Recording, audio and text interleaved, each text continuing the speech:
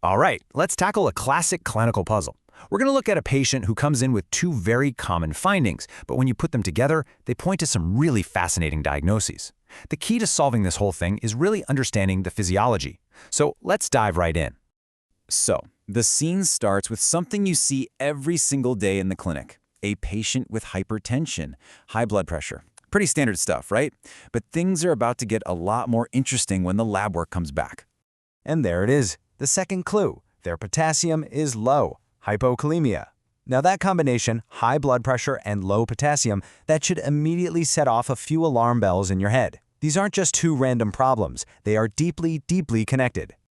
So this is the big question, right? What is the connection here? Why are these two things happening at the same time? And maybe more importantly, how do we figure out what's actually causing it? Well, we're going to break it down step by step.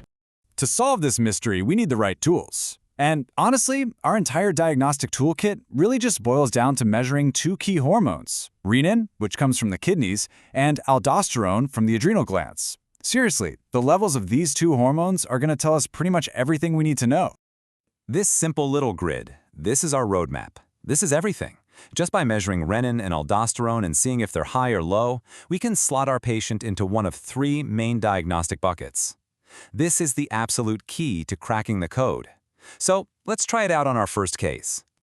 Okay, time to put on our detective hats. Here's case number 1. We've got our patient. They have hypertension and hypokalemia. We check their labs, and this is what we find. So think back to our grid for a second. Renin is low and aldosterone is high. What does that tell you? Well, it suggests the body is trying to shut the whole system down by tanking the renin, but something, somewhere, isn't listening. It's just pumping out aldosterone anyway. So where does that put our patient?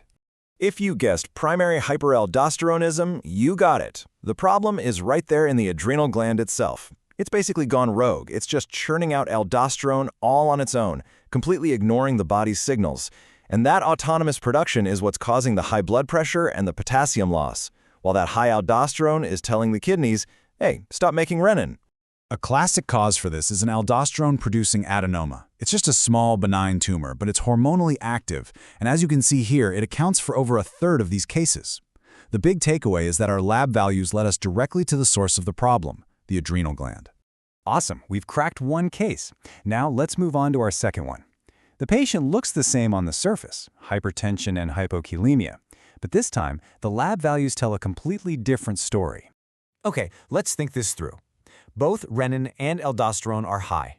The entire system is cranked up to 11. The kidneys are screaming for more blood pressure by releasing tons of renin, and the adrenal glands are responding perfectly by making more aldosterone. So, if the adrenal gland is just doing what it's told, where's the real problem? This is a textbook case of secondary hyperaldosteronism. The adrenal gland is working just fine. It's just responding to a faulty signal from upstream.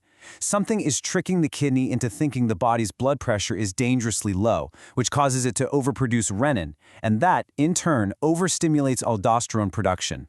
And the classic example here is renal artery stenosis. When that artery leading to the kidney gets narrow, the kidney senses low blood flow. It misinterprets this as a body-wide drop in blood pressure and basically hits the panic button, flooding the system with renin. So you see, in this case, the labs pointed us away from the adrenals and straight toward the renal artery.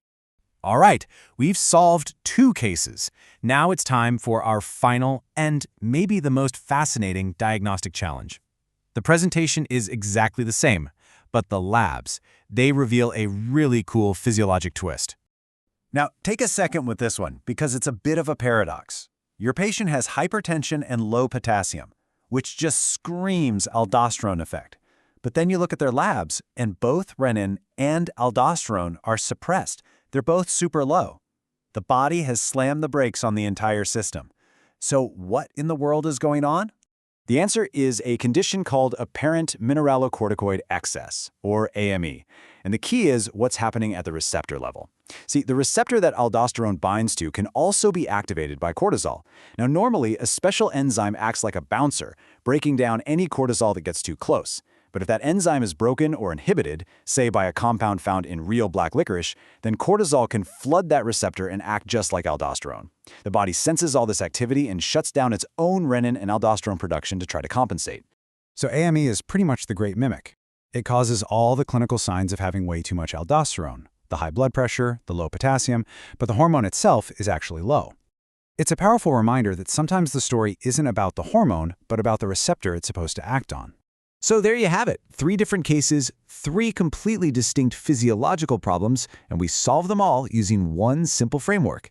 Let's just quickly run through the steps to cracking this clinical code one more time. It all starts with step 1. You identify that key clinical pattern, hypertension plus hypokalemia. Step 2, you order your toolkit, a plasma renin and aldosterone level. Step 3, you match the pattern to our grid. Is it high aldo/low renin, high aldo/high renin, or low aldo/low renin? And finally, step 4. That category points you exactly where you need to look next to find the specific cause, whether it's an adrenal tumor, a narrowed artery, or even just too much licorice.